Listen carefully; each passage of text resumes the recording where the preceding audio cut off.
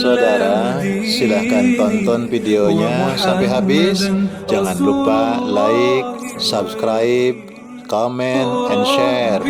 Itu tidak akan merugikan Anda dan justru akan menambah pahala dan kebaikan bagi Anda. Semangat berbagi. Assalamualaikum warahmatullahi wabarakatuh. Alhamdulillahirabbil alamin. Maka orang yang sholat sesungguhnya adalah orang-orang yang dijadikan oleh Allah kader-kader pelaku amal soleh.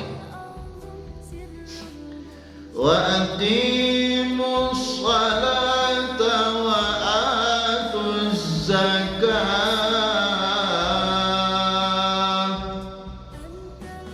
Selalu nyambung. Aqimus sholat wa atuz zakat. Dirikan sholat, bayarkan zakat, tegakkan sholat, tunaikan zakat. Selalu nyambung. Artinya apa? Orang yang sholatnya bagus akan membentuk kepribadian. Orang yang sholatnya lillahi ta'ala, Allah akan mengajarkan di dalam diri orang ini akhlak yang terpuji. Masya Allah. Jadi orang yang sholatnya bagus, orang yang menunaikan sholat adalah orang-orang yang soleh, orang yang memiliki kesalehan ritual, orang yang ibadahnya bagus. Tapi yang Allah kehendaki bukan hanya hablum minallahnya saja bagus, tapi hablum minannasnya juga harus bagus. Makanya aqimus shalah hablum minallah wa atuz zakat hablum minannas. Kita ini sudah kumpul di masjid, alhamdulillah. Cuma coba jenengan bawa sendal yang paling apik ke masjid ini, terus sendal hilang. Kira-kira kalau orang yang sudah baik, alhamdulillah hilang ya Allah. Alhamdulillah. Tapi kalau yang belum baik, ya Allah, dan masjid kono sing nyolong. Sopo nih? Gitu kan? Padahal adakah suatu kejadian di muka bumi ini secara kebetulan? Tidak ada. Adakah yang terjadi di muka bumi ini sesuatu keburukan?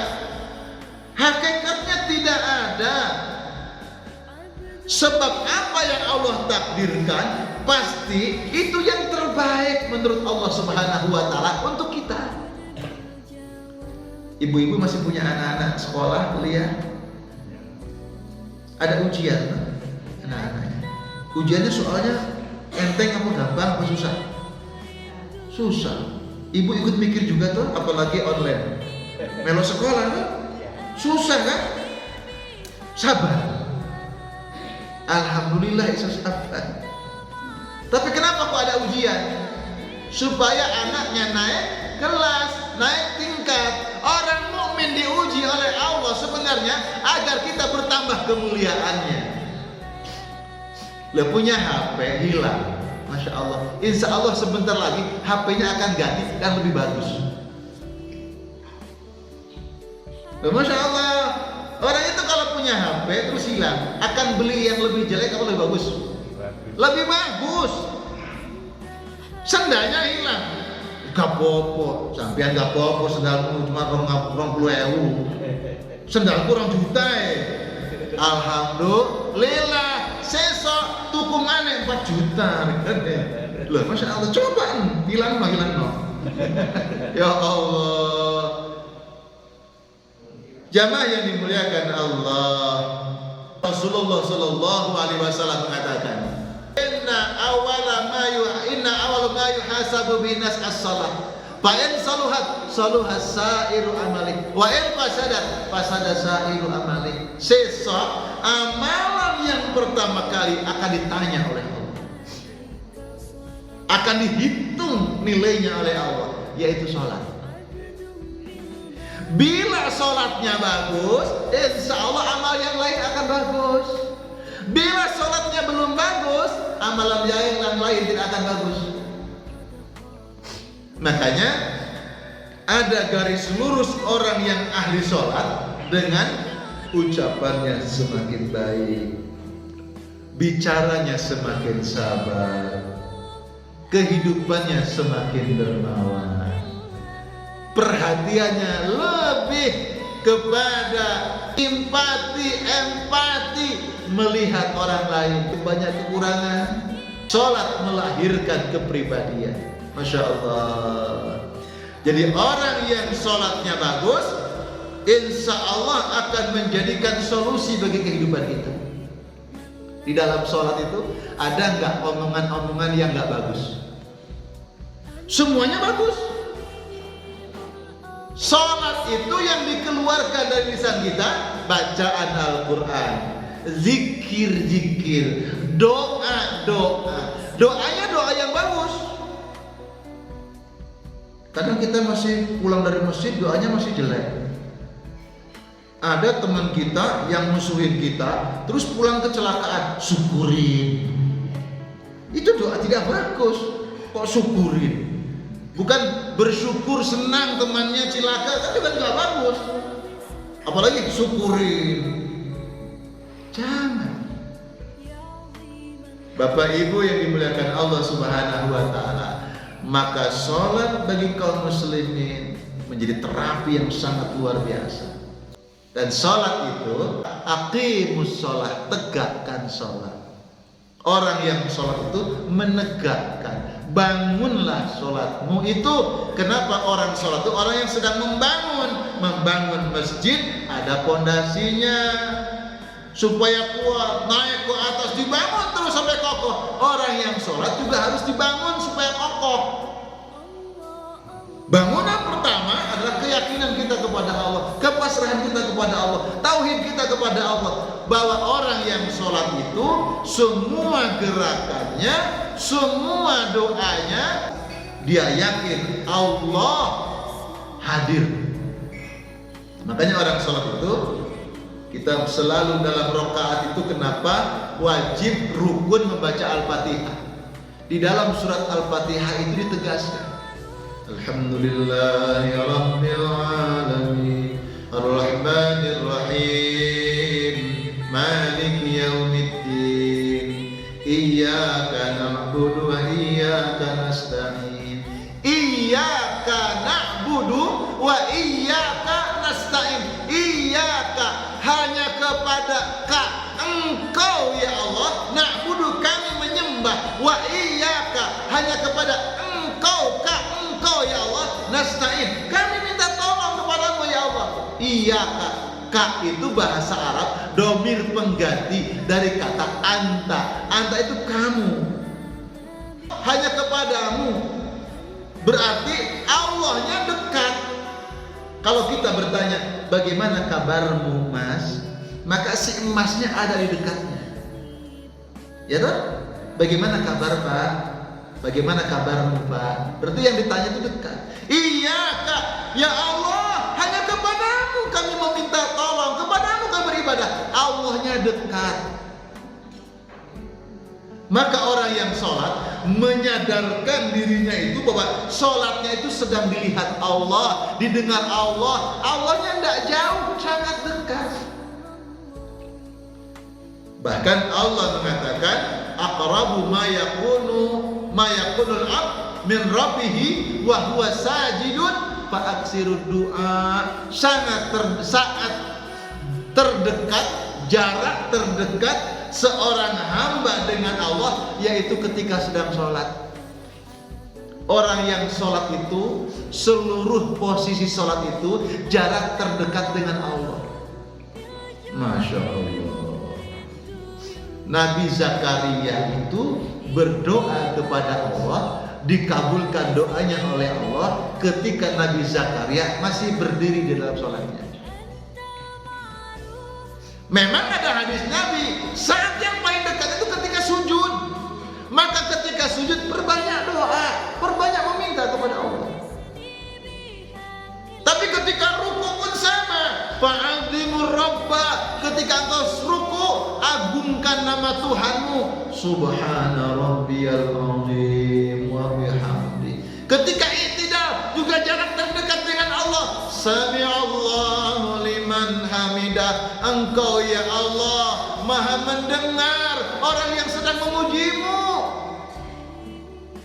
Jadi kita bukan sami Allah liman hamidah biasa, nggak ada isinya. Sami Allah liman hamidah itu menegaskan Allah mendengar saya yang sedang memujinya. Allah mendengar ucapan saya ini akan dikabulkan Allah. Dekat semua. Baik Bapak Ibu yang dimuliakan Allah, panjenengan kan masih punya hutang, Pak? Alhamdulillah. Loh, punya hutang itu senang. Karena hanya orang-orang yang punya hutang yang akan semangat hidupnya. Dan orang-orang yang punya hutang itu insya Allah umurnya panjang. Benar. Sebab orang yang menghutangi itu setiap malam berdoa, ya Allah jangan matikan dia, belum lunas. Kita berdoa kepada Allah. Saya mau tanya, Bu, Pak, kalau panjenengan doa minta apa sih sebenarnya? Ya Allah, minta rezeki. Jenengan ngomong rezeki itu gambarannya apa sih? Kertas merah. Duit. Ya Allah, minta berapa sih? Minta berapa? Kalau doa itu yang jelas. Yang jelas ke doa. Saya dalam majlis-majlis saya sering memotivasi. Kajian maghrib saya bilang, nanti malam Bang, minta ke Allah, ya Allah, untuk malam ini ya Allah, sampai subuh ya Allah, besok habis subuh ada penagih hutang ya Allah, tolong ya Allah berikan uang 1 miliar saja, tidak apa-apa ya Allah, 1 miliar saja, habis subuh saya tunggu ya Allah. Pernah nggak doa seperti itu? Nggak pernah. Kenapa? Nggak punya zakat. Boleh nggak pernah begitu? Kan Allah Maha Kuasa, Allah Maha Kaya. Kenapa nggak minta yang jelas? Kita ini kan doanya yang sedang-sedang saja, yang linear saja, yang biasa-biasa saja. Hasilnya biasa. Minta keajaiban sama Allah. Nabi Zakaria itu minta kepada Allah dalam doanya sesuatu yang tidak masuk akal. Nabi Zakaria apa? Nabi Zakaria itu sudah sepuh, 100 tahun lebih umurnya. Dalam Quran tulang belulangnya sudah rentak, tidak kuat. Maaf, reproduksinya sudah tidak normal. Istrinya usianya 90 tahunan juga mandul. Nabi Zakaria sudah tidak kuat lagi karena sudah tua. Istrinya mandul, doanya apa? Rabbi habli min ladunka dzurriyyatan thayyibah innaka sami'ud du'a. Ya Allah, karuniai aku keturunan anak yang baik. Masuk akal enggak? Enggak masuk akal. Sudah kakek-kakek, sudah lemah, maaf, mungkin sudah nggak bisa berdiri, istrinya sudah mandul, tapi doanya ya Allah berikan aku seorang anak keturunan yang baik. Dan beliau menegaskan innaka sami'ud du'a. Ini perlunya doa menggunakan Asmaul Husna. Allah, panggillah Allah, doalah kepada Allah, Awidur Rahman, atau engkau memanggil nama Allah Ar-Rahman, ya Rahman, ya Rahman. Istighosah tadi sudah kita panggil, ya Rahman, wahai Maha Sayang, wahai Maha Kasih, ya Rahman. Ayyamma tad'u falahu asmaul husna, atau engkau memanggilnya dengan nama-nama Allah yang lain di dalam Asmaul Husna. Nabi Zakaria mengungkapkan innaka sami'ud du'a. Ya Allah, engkau as-sami, maha mendengar doa orang yang meminta, orang yang menyeru, orang yang berdoa. Aku yakin. Akhirnya apa yang terjadi? Panadatul malaika wa huwa qa'imun yusalli fil mihrab. Malaikat datang menyeru, hai Nabi Zakaria, engkau berita gembira untukmu, Allah akan mengabulkan doamu, memberikan seorang anak namanya Yahya. Saat itu Nabi Zakaria masih berdiri di dalam mihrabnya sholat. Ini doanya tidak masuk akal, tapi yakin. Nah, panjenengan ingatan, jangan dihitung itu iso enggak, bisa menurut Allah Subhanahu wa taala. Tapi istiqomah salatnya. Karena salat yang baik akan berubah semua. Maka orang yang salat itu Masya Allah, kasih sayangnya tampak kepada sesama. Tidak pelit lagi. Omongan gak pelit, apalagi hartanya pelit. Sudah pelit harta, ngomong pelit, senyumnya pelit. Lo ada orang itu senyum gak iso. Ya Allah, koncone lo ngakrabi gak senyum belas. Insya Allah. Senyum gak? Tabassumuka ala wajhi akhika shadaqah. Senyummu yang membuat saudaramu senang itu sedekah.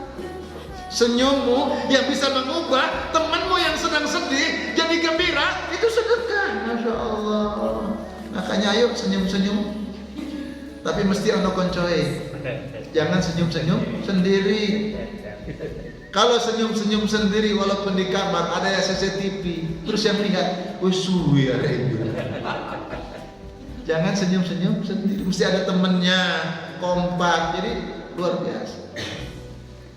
Lebih kasih sayang kepada sesama, Masya Allah, ngomongnya lembut, bagus, nasihatnya keluar, tidak suka nyeritakan kekurangannya orang. Kalau ada orang nyeritakan kekurangannya, jangan begitu. Setiap orang punya kekurangan. Mungkin kita ditutup oleh Allah aib kita sehingga kita bisa baik. Jamaah ini ditutup aibnya oleh Allah sehingga bisa saling menyapa, sehingga baik. Kalau Allah buka tabir, setiap orang tahu. Ketika ada di sini, ibu tahu apa yang ada dalam hati saya. Ternyata Pak Ustadz pikirannya gini-gini. Atau saya lihat gini, Pak Ustadz kok lama ceramahnya. Pak Ustadz tahu dibuka aib oleh Allah SWT, kita tidak akan baik. Kita jadi baik, suami istri bisa baik dengan anak, dengan tetangga baik karena Allah menutup aibnya. Coba istri ketika bersolek depan cermin, Pak, cantik Pak ya? Cantik Bu, pada hatinya orang benas. Allah, suami juga gitu. Pantas gak Mas? Oh pantas, padahal kata istrinya, pantas dari mana potonganmu pakai apapun, gak bakal pantas. Kalau dibuka itu omongannya, tahu, Masya Allah, gegeran tiap saat. Karena Allah menutup aib kita, Masya Allah. Oleh karena itu, ketika ditimpakan musibah kepada kita, musibah itu apa? Ketemu orang kok sangar, ketemu orang kok nggak pernah senyum, ketemu orang kok ngomongannya elek, itu adalah latihan untuk kita. Latihan apa? Untuk bisa sabar. Yang kedua, amar ma'ruf nahi mungkar. Karena orang yang sholat punya kepedulian. Kepeduliannya apa? Cara dia melakukan solusi selalu kebaikan. Bukan hinaan. Jari sholat kok elek kon. Bukan itu. Bukan. Bu, alhamdulillah sampean sudah sholat sama saya. Mudah-mudahan kita bisa berubah ya, kita ngomongnya bisa lebih baik. Kan bisa cara itu. Ini namanya amar ma'ruf nahi mungkar. Walaupun ada orang itu mungkin menghina kita, kita tidak balik menghina. Kalau kita balik menghina, sami mawon. Sama saja kita dengan dia. Harus beda. Orang yang sudah sholat, orang yang sudah majelis, harus beda dengan orang yang belum sholat. Harus beda dengan orang yang belum ke masjid. Ucapan orang yang sudah sholat, ucapan yang manfaat. Ketika ngajak kebaikan, caranya manfaat. Ketika melarang berbuat tidak baik, caranya manfaat. Jadi bukan menghina. Kita dihina orang, balik menghina, sama-sama penghina dan sama-sama hina. Naudzubillah. Yang kedua, bahwa orang yang sholat itu dia makin mengerti hak dirinya dan hak orang lain. Masya Allah. Bisa menghargai setiap orang punya hak, sehingga bisa memuji orang walaupun mungkin kurang pas. Kita bisa memberikan ungkapan yang baik. Kamu akan lebih bagus lagi kalau bajunya begini. Ini sudah bagus, tapi akan lebih indah lagi. Jadi bahasanya, oh sudah cocok belas kon. Enggak, Masya Allah. Iri, dengki, hasud, dendam, maka orang yang sholat harus bisa menghindari itu, harus bisa melawan itu. Sombong, terutama jamaah yang dimuliakan Allah, kita yang sudah bisa taat, katakanlah sudah hadir ngaji, datang ke masjid, kita tidak membusungkan dada, kita tidak angkat kepala, tidak besar hidung. Kenapa? Yang harus kita bangga itu karena Allah masih mengkaruniakan kepada kita karunia dan rahmat Allah. Qul bi fadlillah wa bi rahmatihi fabidzalika falyafrahu.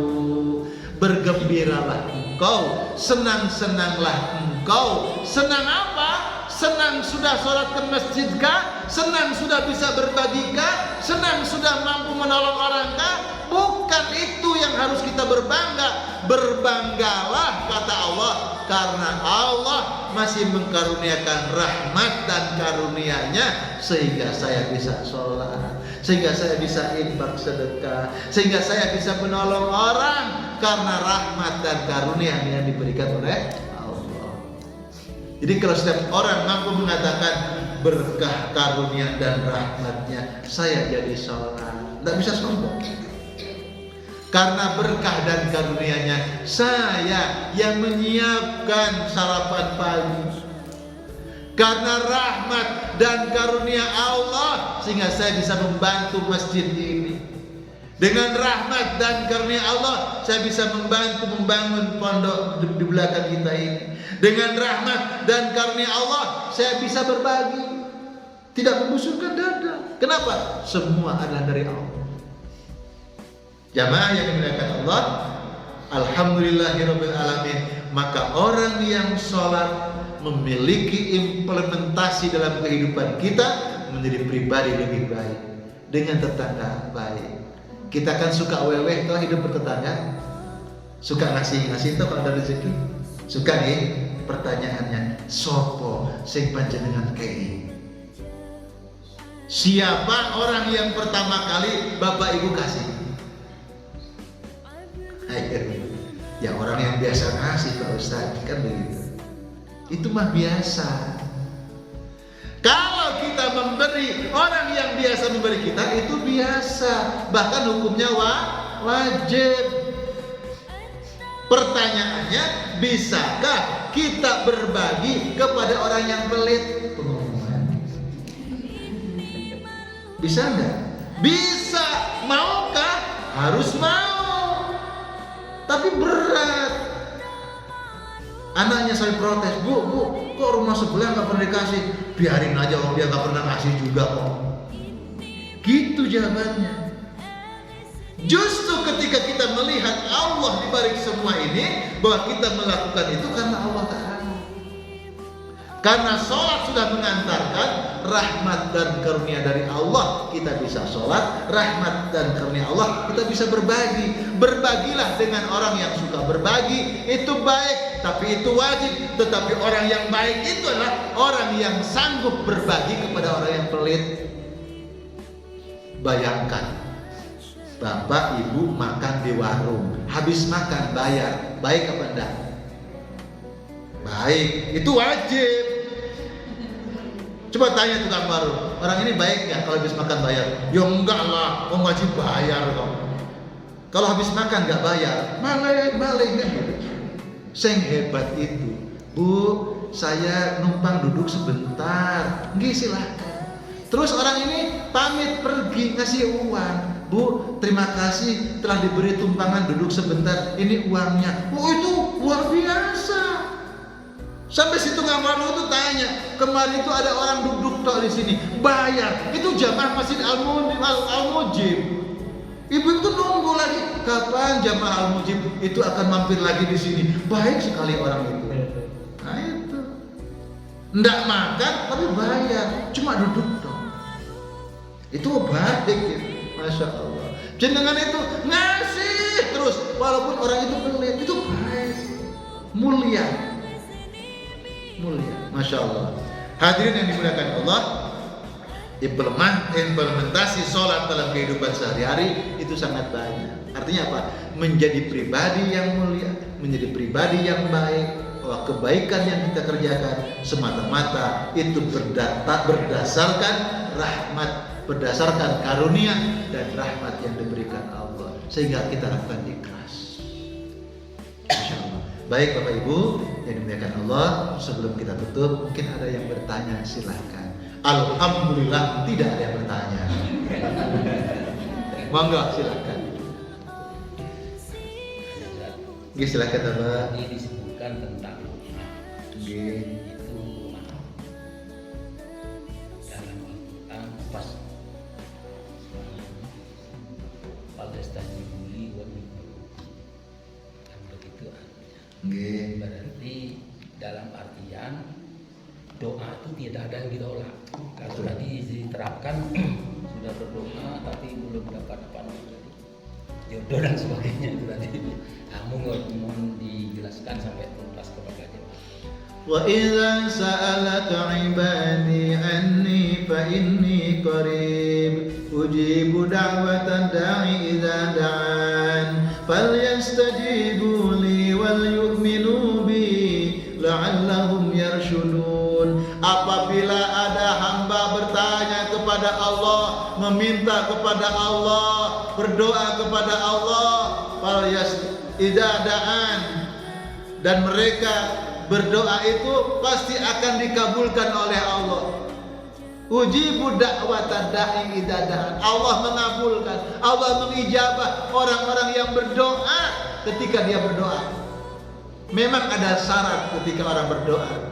Fal yastajibuli wal yu'minu bi, yaitu orang yang menunaikan perintah-perintah Allah, meninggalkan larangan-larangan Allah karena iman kepada Allah. Sholat karena iman, bukan karena pujian. Ngaji karena iman, bukan karena sarapan. Oke, sarapan membentuk kita, memotivasi kita. Konsepnya begini, hari ini akan makan gratis. Kita punya motivasi, kapan saya bisa menggratiskan orang. Itu mantap. Jadi ini pendidikan kita semua. Hari ini kita makan gratis. Saya punya PR, saya harus menggratiskan orang. Di mana, kapan? Allah akan berikan petunjuk. Jadi sehingga apa? Orang yang berbagi seperti itu Allah akan menaikkan derajat. Kata Rasulullah SAW, "Ma naqasa min malin min sadaqah."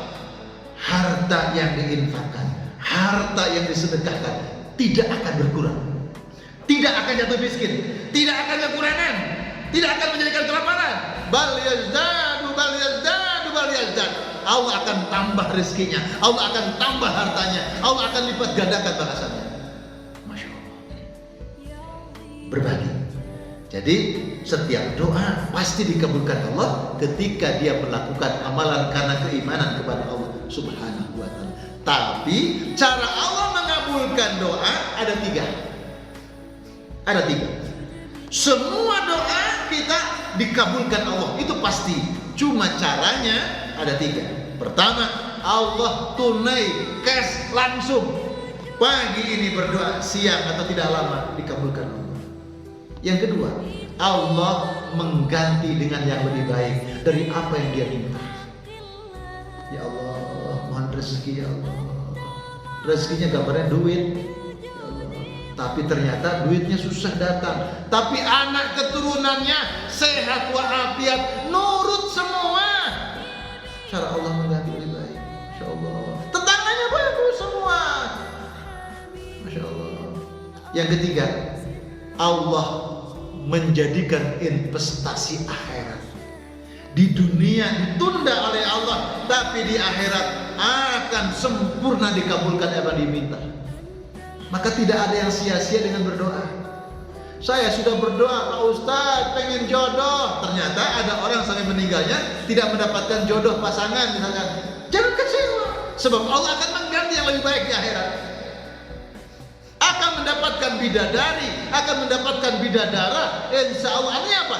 Kalau akan mendapatkan bidadara, berarti tempatnya di surga Allah Subhanahu wa Ta'ala.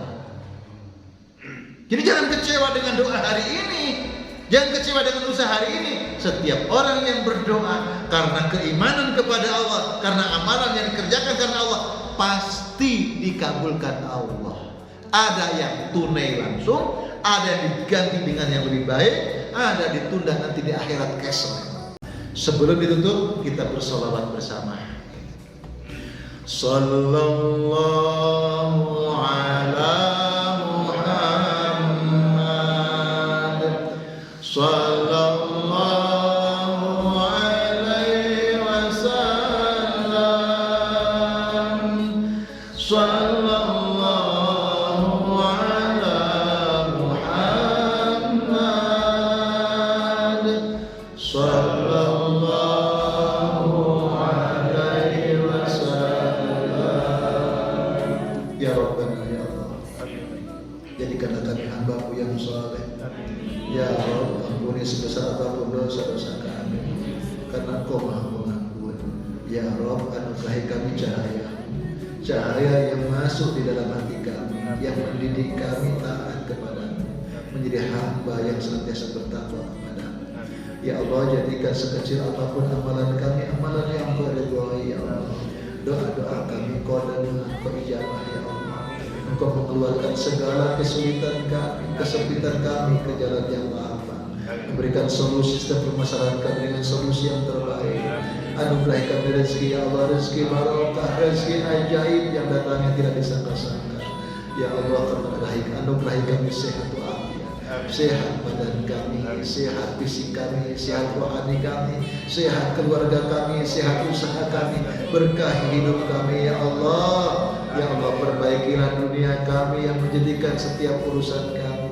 Jadikan, ya Allah, perbaiki akhirat kami yang menjadikan tempat kembali kami. Perbaiki agama kami yang menjadikan perlindungan segala kehidupan kami. Ya Allah, jadikanlah kehidupan kami, pasangan kami, suami, istri, anak turunan kami. Ya Allah, anak keturunan yang Engkau berkahi, keturunan kami yang soleh dan saleh.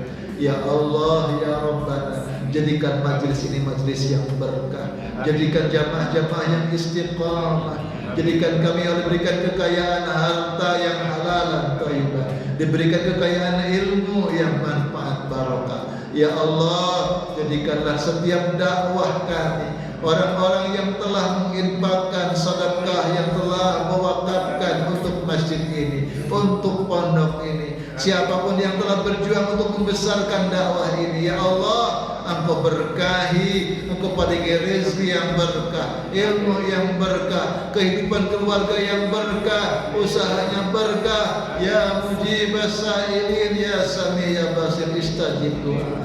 Ya Allah, mereka yang menopang, mendukung dakwah kami dengan hartanya, dengan pikirannya, dengan ilmunya, dengan tenaganya, Engkau ganti dengan yang lebih baik fid dini wa dunya wa akhirah. Rabbana atina fid dunya hasanah wa fil akhirati hasanah wa qina adzabannar. Walhamdulillahirabbil alamin. Terima kasih, mohon maaf lahir batin. Billahi taufiq wa hidayah. Assalamualaikum warahmatullahi wabarakatuh.